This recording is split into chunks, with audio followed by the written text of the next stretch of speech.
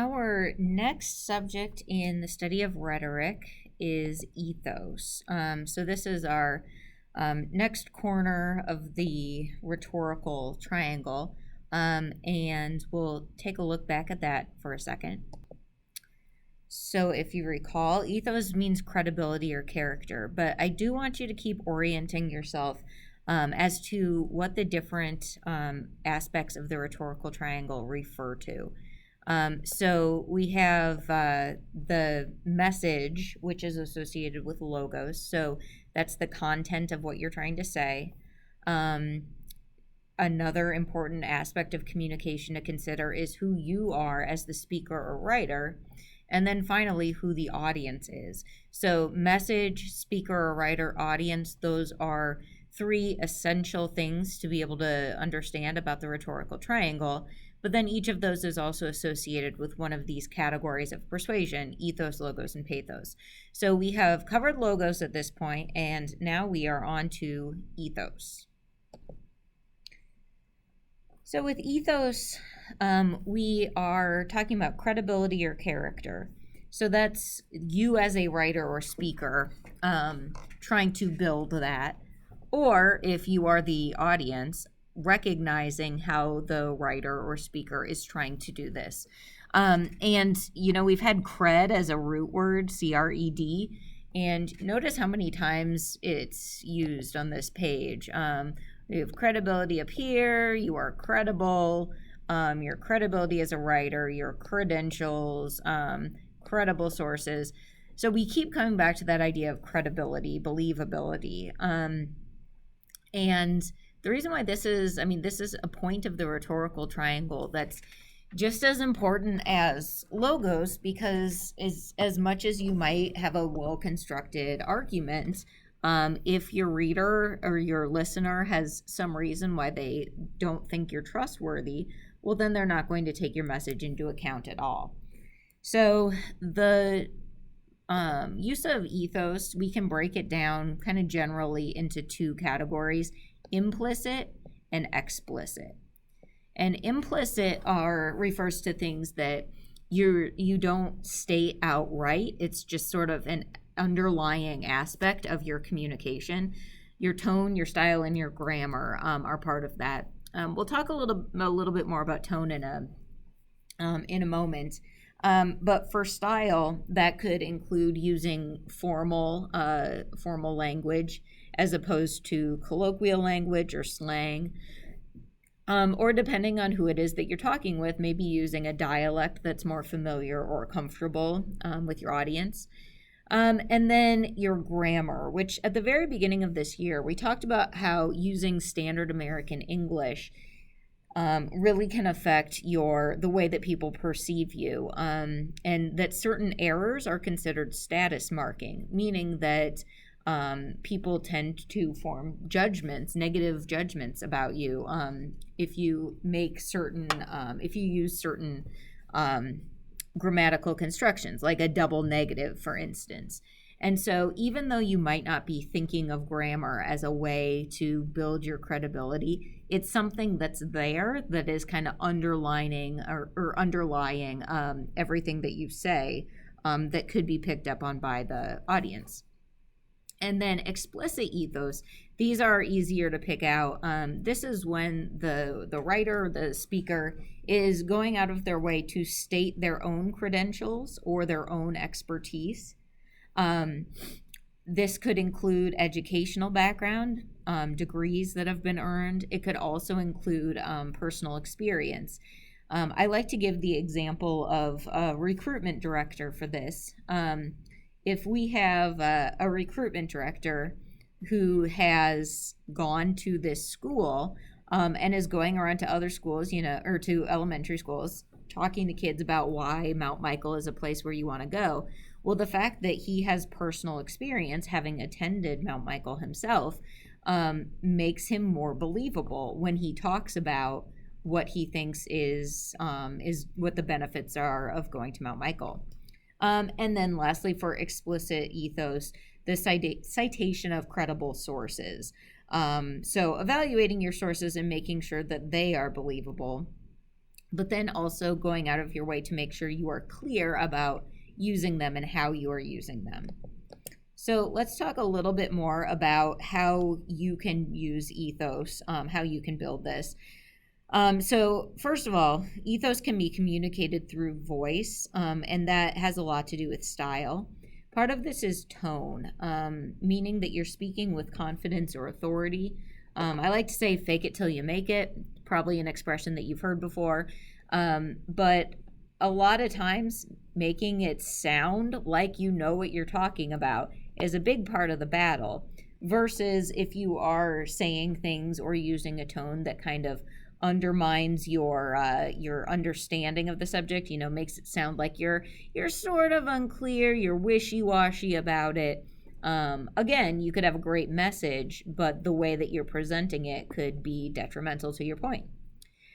And then I also want to point out to you that even if you personally do not have expertise on a topic, you don't have personal experience, you don't have, the educational background to show you're an expert, you can still give the reader the impression that you have thought carefully about the topic. And that in and of itself definitely lends to your trustworthiness.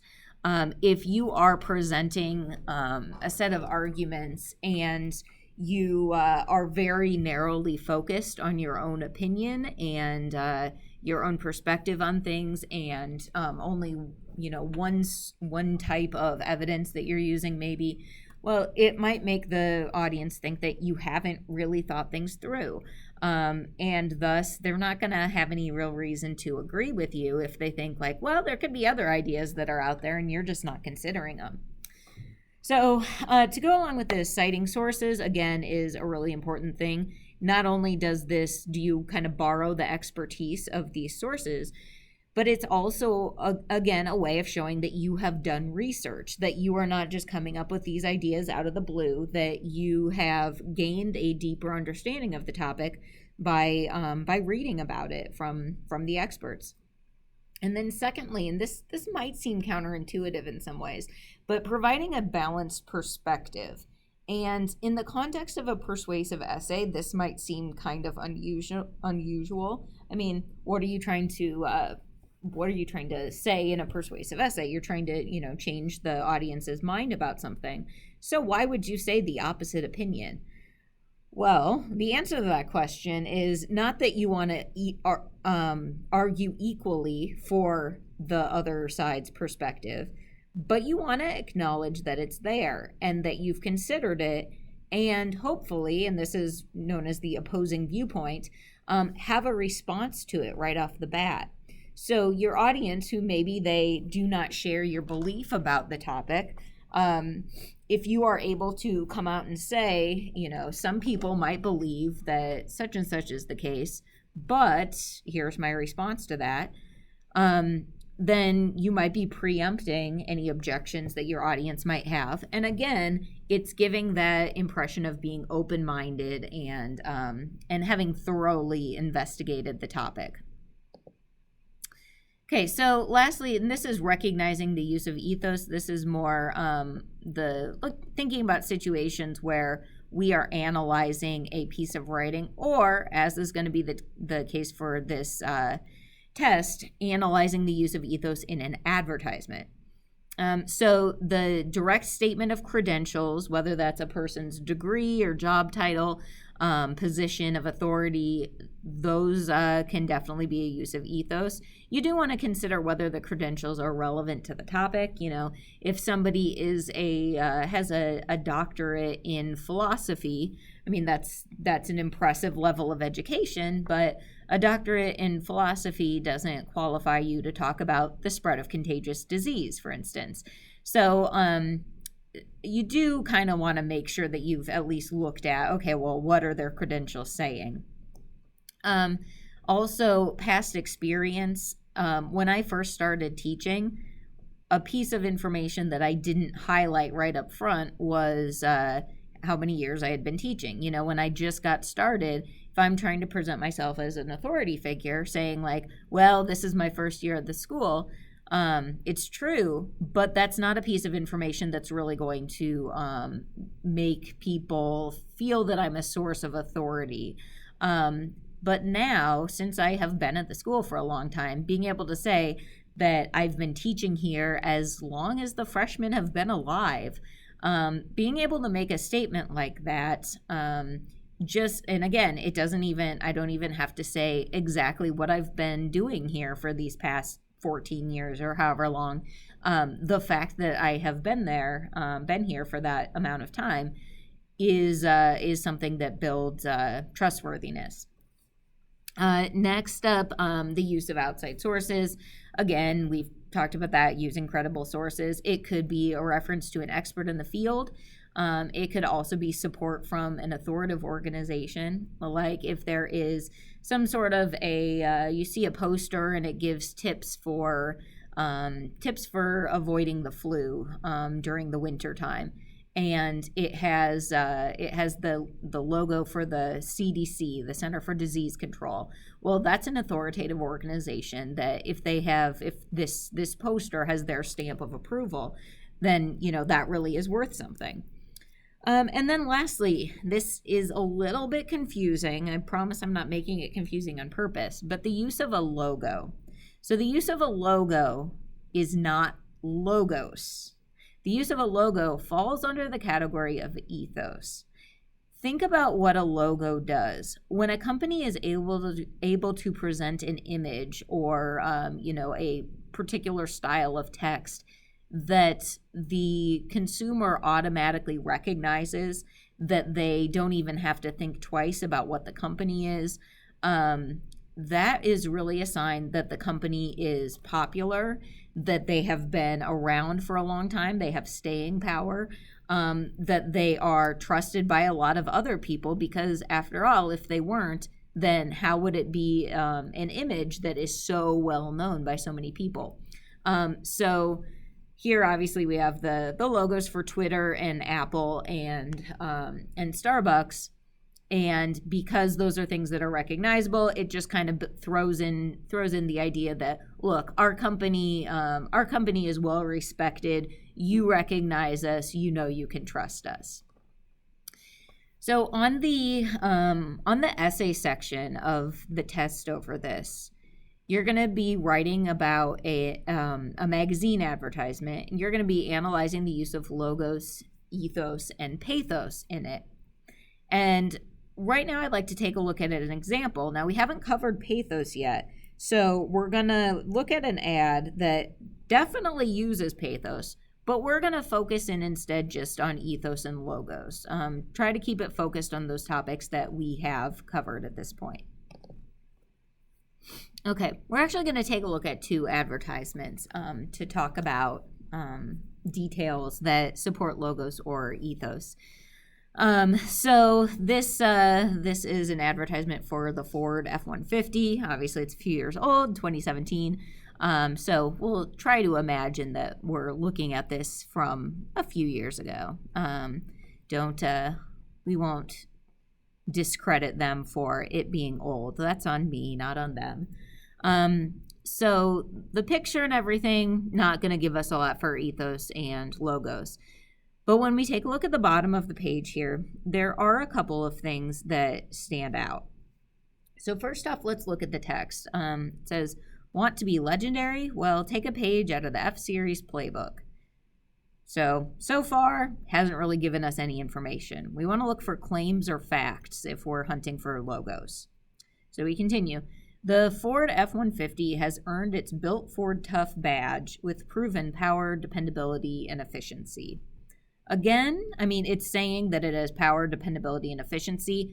It's not giving us a lot of specifics on that. We could say that that's a claim, and maybe that's going to be them working their way towards logos. We'll kind of have to see.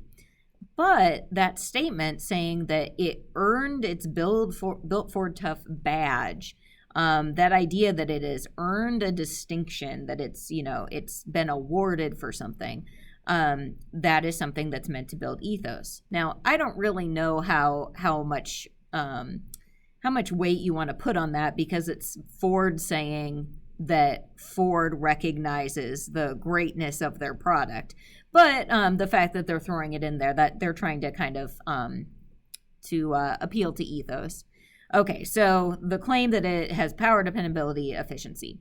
Just look at the torture-tested next generation F-150. This work-ready beast offers 3,270 pounds best-in-class payload, along with 4 engines to choose from, so you can combine the best performance and fuel efficiency to match your needs. Okay, so now we did get some specific information. We got some kind of cheesy sounding phrases like torture tested and work ready beast, but it also tells us that it has a 3,270 pound best in class payload with 4 engines to choose from.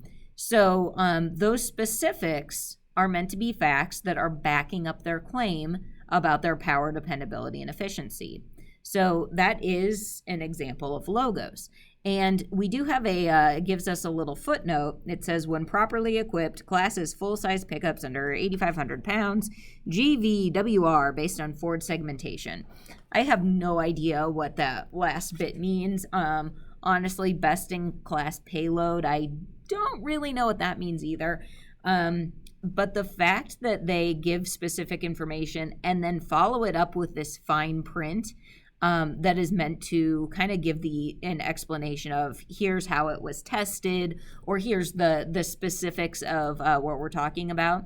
That is something that it builds the strength of their evidence or logos, but it also is an aspect of building credibility by saying, like, look, we'll give you more explanation of what it is that we're talking about. Then we have a couple of different, kind of seals on here. First off, Built Ford Tough, that's our a recognizable logo and a recognizable slogan, both of which contribute to ethos. This is a brand that people know and trust, and it's been around for years and years. And then this 40 years thing, the fact that they are promoting how much experience they have in building trucks, how many years they've been trusted by the American consumer, that experience lends to ethos as well. And then another thing that you might not really even notice, it's something that's pretty much included everywhere nowadays, is the reference or the inclusion of their web address, buyfordnow.com. The inclusion of a company's website or another address on an advertisement does a couple of things.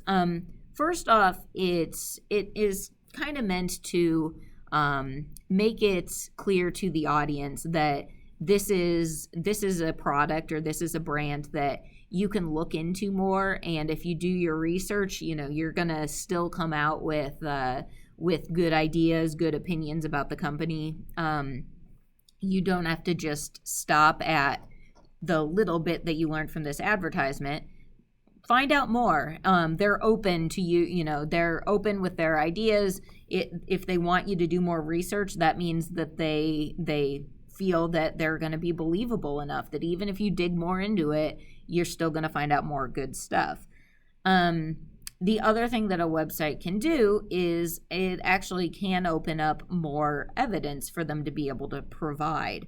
So those are a couple of things that a website is useful for, whether the audience goes and visits that site or not. All right, one other ad that we'll take a look at. This is, again, an ad that has a lot of pathos, but that's not what we're focusing on right now. So even if ethos and logos are not the main focus, let's see what we can come up with. So we got, what are you working for? You don't put in 70-hour weeks to sit around with your feet up. You want more out of life. That's why we work hard to give you more out of our products. Okay, so far, just fluff. Nothing there is giving us a specific claim or information about the product. They're kind of trying to build their ethos a little bit by saying they work hard, but that's still pretty vague. So let's keep going. Shell Rotella T4 Triple Protection is our most advanced Shell Rotella ever, with exceptional wear protection and resistance to oxidation, 50% longer than the previous generation. So you can play as hard as you work. See you out there. Again, some more fluff that goes along with pathos, but we did have a claim in here that this product is the most advanced version of their product that they've ever made. And how are they supporting that? Well, they say that it has exceptional wear protection and resistance to oxidation, 50% longer than the previous generation. So the fact that they're able to give us a specific number, 50% longer, that does make it sound like they've done some research on the subject. It says resistance to oxidation, which all that means here is rust. But when you say resistance to oxidation, that certainly sounds a bit more scientific, and therefore can build the credibility of this brand or this company. I will point out that if we're evaluating their use of logos, their claim is not really that their motor oil is the best that exists or better than other products. They're saying it's their most advanced version of their own product, and that this 50% longer is referring to the previous generation, like the previous version of their own motor oil. Which, when you think about it, like, okay, well, if they came out with a new one, you would hope it would be better than their previous versions that they've made. So, I mean, it does have some words to make it sound like, there's been scientific, some kind of scientific information or research into the quality of this product. But it is a little empty as a claim if we are evaluating the strength of the logos. The other thing is that last advertisement we looked at, it had that thing about the payload, and then there was that footnote that told us a little bit more, not all about how they researched it, but like this is when it's properly equipped, this is when we're talking about this certain class of trucks. Whereas on this one, it doesn't give us any other information. Like, are we talking about, does it go 50% longer for certain types of vehicles? Are there any other specifics you can tell us about how you learned that? How was it tested? So, I mean, digging into it, the logos is not particularly strong. That's not surprising because most magazine advertisements are not really trying to appeal to your brain. So moving on then to Ethos, we have again the website address, and here they even say learn more. So again, that idea that if they have the website address, not only are they a company with this professional presence online, but also, if you want more information, there's more information out there, and the more you learn, the more you're gonna want to buy this product. So this is kind of an appeal to ethos. Also, of course, we have the Shell logo. And then we also have the logo for Napa, which is something auto parts. I don't know what the N or the A at the end stand for. But it's an auto parts store. And rather than having, saying this is available at, I don't know, Walmart or Target or something, which honestly, it probably is. You can get motor oil at those stores.